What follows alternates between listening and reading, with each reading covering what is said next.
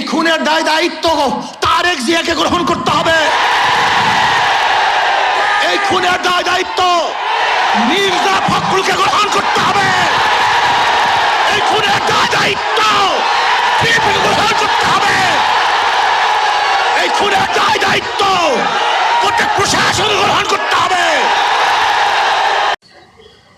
চাঁদা নিলে পুরস্কার, ধরা পড়লে বহিষ্কার, ভাইরাল হলে গ্রেফতার। কি ভেবেছেন বাংলাদেশের মানুষ বোকা? আজকে আমাদেরকে জিম্মি করে ফেলছে। দল এই খুনের দায় দায়িত্ব গ্রহণ করবে না। আমি স্পষ্ট ভাষায় বলতে চাই, আমি জনগণের কাছে প্রশ্ন রাখতে চাই, এই বহিষ্কারই কি তাদের চাঁদা ফিরছে, দখলদারি ফিরছে, খুন ফিরছে? তার মানে বহিষ্কার কিছু না, আইওয়াশ, লোক দেখানো এক নিয়ম। তারা কি বলে, ব্যক্তি দোষ করলে দল সেই দোষের দায় দায়িত্ব গ্রহণ করবে না। আমি মনে করি আওয়ামী লীগ বিএনপি দুর্নীতি ফ্যাক্টরি, খুনের ফ্যাক্টরি। আবরারকে কারা হত্যা করেছিল?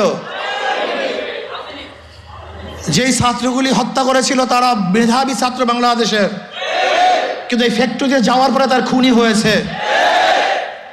আজকে হাজারো মেধাবীরা এই আওয়ামী লীগ বিএনপি করার কারণে ওরা ধর্ষক হয়েছে, ওরা চাঁদাবাজ হয়েছে। এই দলগুলি এমন এক ফ্যাক্টরি, যদি ফেরেশতাও সেখানে ঢুকে আজাজিল হয়ে বের হবে। সৎ মানুষগুলি ঢুকলে চোর হয়ে বের হবে।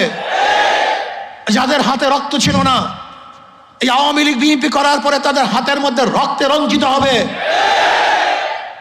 যারা কোনো মেয়েদের দিকে তাকাতো না, এই দলগুলি করার পরে তারাই ধর্ষক হবে, জালেম হবে, অত্যাচারী হবে, তারাই টাকা পাচার করবে। এমন কোনো জায়গা নাই যেখানে চুরি হচ্ছে না, ডাকাতি হচ্ছে না, দখলদারি হচ্ছে না, চাঁদাবাজি হচ্ছে না। এই বরিশালের এমন কোনো স্থান দেখাতে পারবেন না যেখানে চাঁদাবাজি নাই। আমরা যা দেখছি চাঁদাবাজি যেগুলি আসছে, আপনারা জানেন মিটফুটে খুন হয়েছিল বুধবার, কিন্তু আপনারা যে সাংবাদিক, আমরা দুঃখিত, লজ্জিত। সবার বিবেক মরে গেছে। বাংলাদেশের বিবেক বলতে কিচ্ছু নাই। বুধবার এই ঘটনা ঘটছে, কোন সাংবাদিক এই ঘটনা প্রকাশ করতে পারে নাই, অথচ সবার মাঝে এই ঘটনা ঘটেছিল। নাই একজন বাংলাদেশের সাংবাদিকের ঘটনা প্রকাশ করার মতো, নাই একজন পুলিশ কেস গ্রহণ করার মতো। আজকে এই মামলার যে বাদী